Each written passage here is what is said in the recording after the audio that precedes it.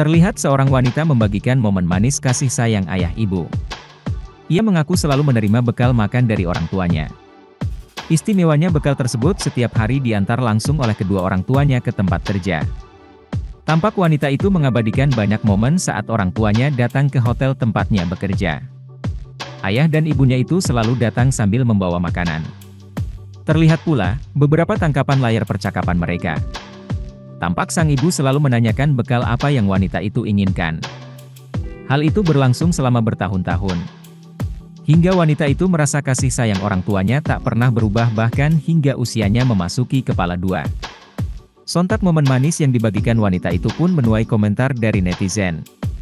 Tak sedikit yang mengaku terenyuh dan iri dengan kasih sayang yang didapat wanita tersebut.